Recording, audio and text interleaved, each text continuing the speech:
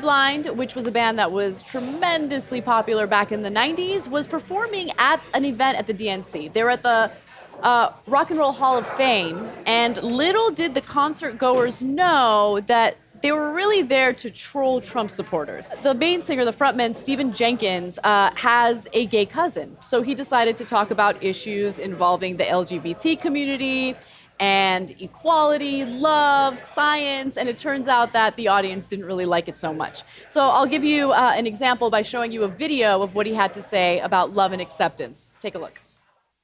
Like my cousins who are gay into the American fabric. To love this song is to take into your heart the message and to actually have a feeling to arrive and move forward and not live your life in fear and imposing that fear on other people. I wish you would step back from that thing, So there were a few people that cheered, which, I give them a tremendous amount of credit because you're, kind of in enemy territory. That's kind of how I feel here doing the show right now. But there were, of course, a lot of people that were booing. And according to the Daily Beast, at another point, Jenkins also asked the crowd, raise your hand if you believe in science, to a chorus of boos. Like, who boos science?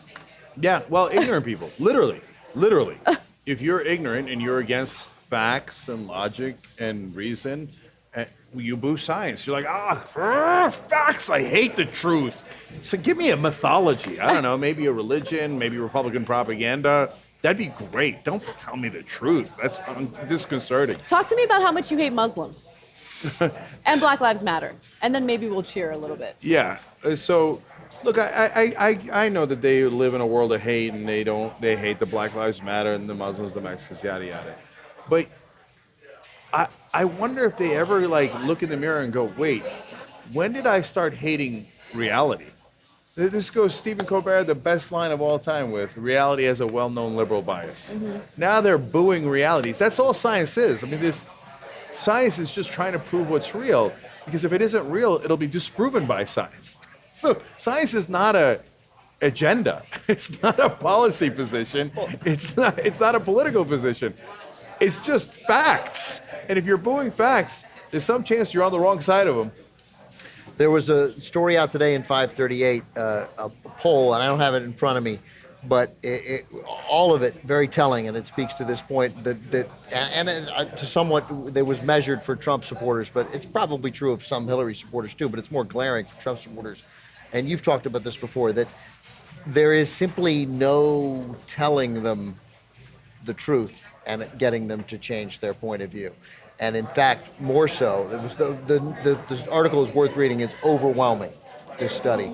Trump supporters, when presented with the facts, with statements that directly contradict what Trump has said, they simply won't believe it, and they are more likely to believe it more when presented with evidence to the contrary.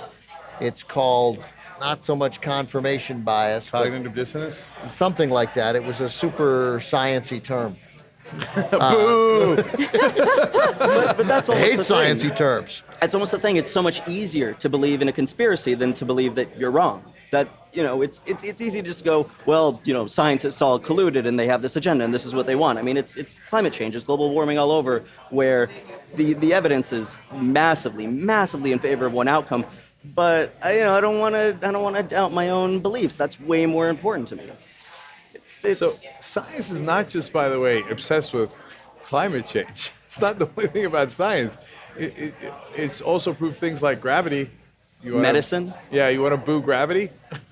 Like, boo, I don't believe you. I'm going to jump off this building. Boo, gravity. Oh, no, what have I done? So, yes, 2 + 2 = 4. That's math. And then all the things that we've learned about the world, and yes, the wonderful medicine that has saved all of these lives. It wasn't like we were just like, Wallahu Akbar, or Jesus, Lord mercy, let there be medicine.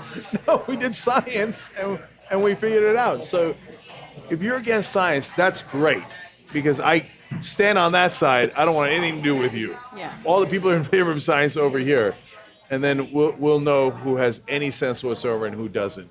God, that is, I feel so sad for you if you're in the anti-science crowd. It's pathetic. But isn't it troubling that when presented with information to the contrary, it only reinforces your crazy belief in the first place?